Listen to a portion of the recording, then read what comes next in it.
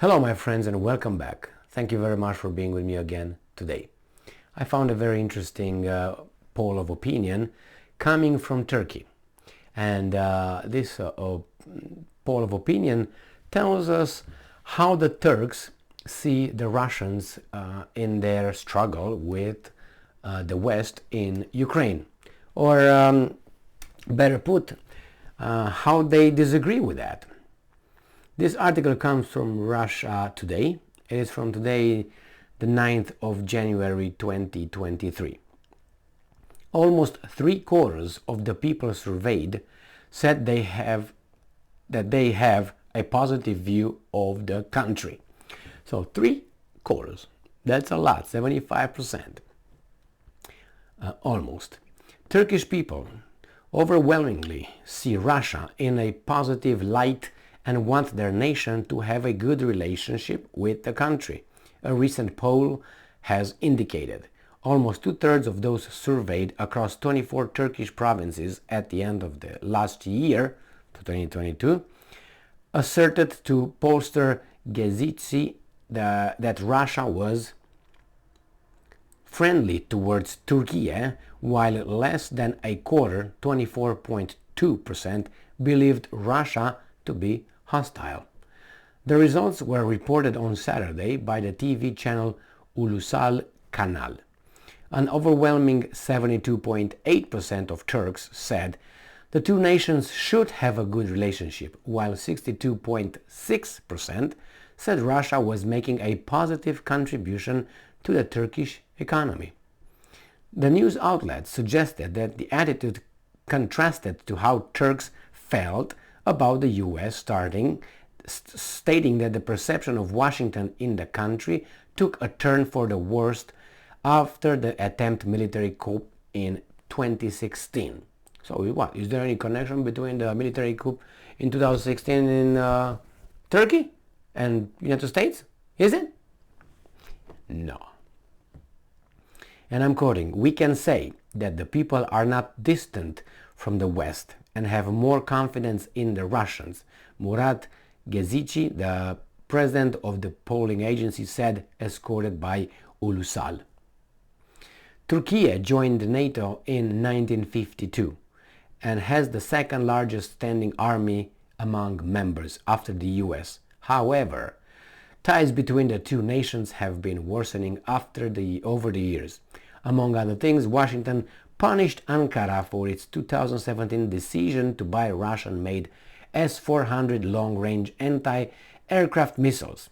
The US kicked Turkey out of F-35 fighter jet program in retaliation.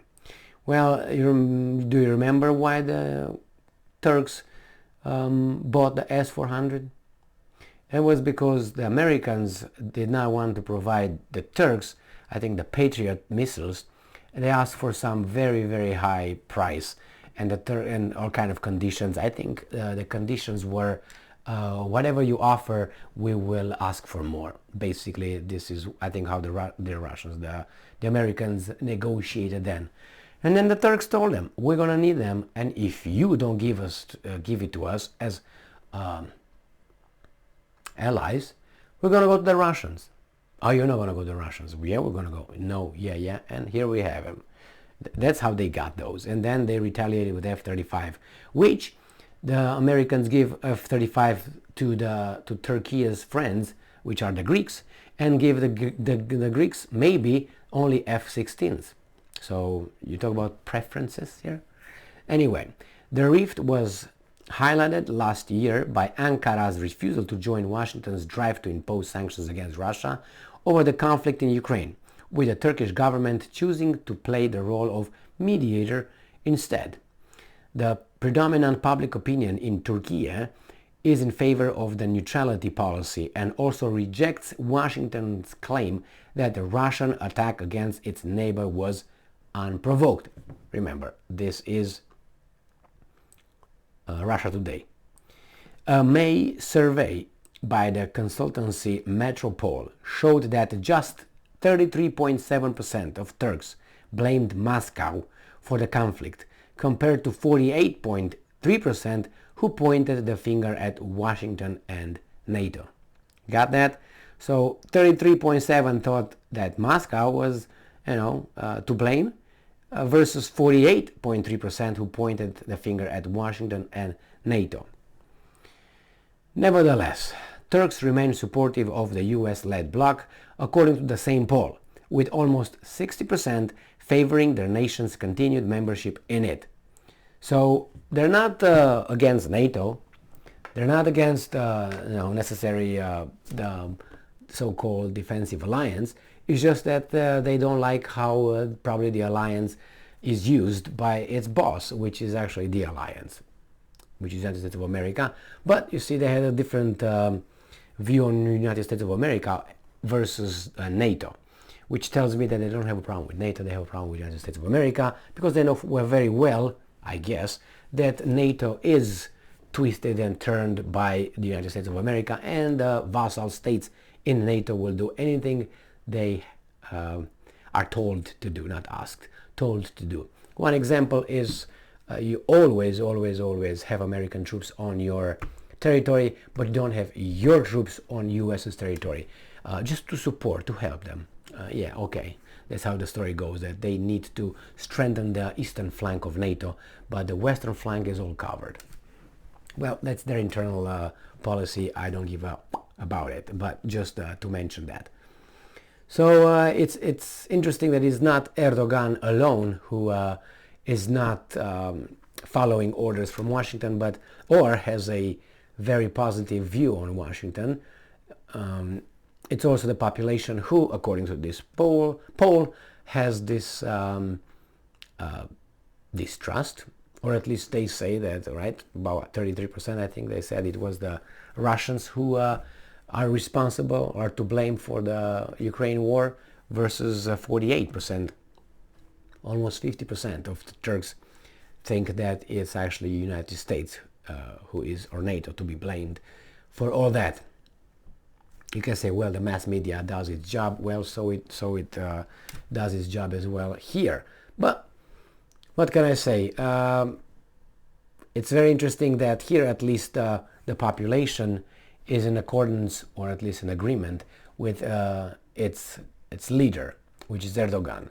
You have countries like, for instance, the United States of America, where you have Biden, where he has an approval rating of, I don't know, 30 something, 38, 34, 30, about around 40 at the maximum, and then you have the politicians support 99%. So if you ask the politicians in Congress to support the war in Ukraine, they are 99% or so, or 98% or so for it, 100 right there, we're for it, but the population is not. The US population's support for Ukraine, I think last time it was about 48% or something like this, and 52 were for negotiation and stop the whole shit. So you see this discrepancy between the elites or whomever are able to do something versus us. And if you look at Russia, you have Russian, obviously, leadership wanting to do what they do, and they have the population approving about, what, 79% of Putin's job. And that is now, after 11 months of war, where supposedly Russia is losing, they're still supporting at 78, 79%. You haven't seen this in United States of America. I don't remember this kind of polls. And remember, these polls in Russia are not done by Lavrov himself or Zakharova or whomever.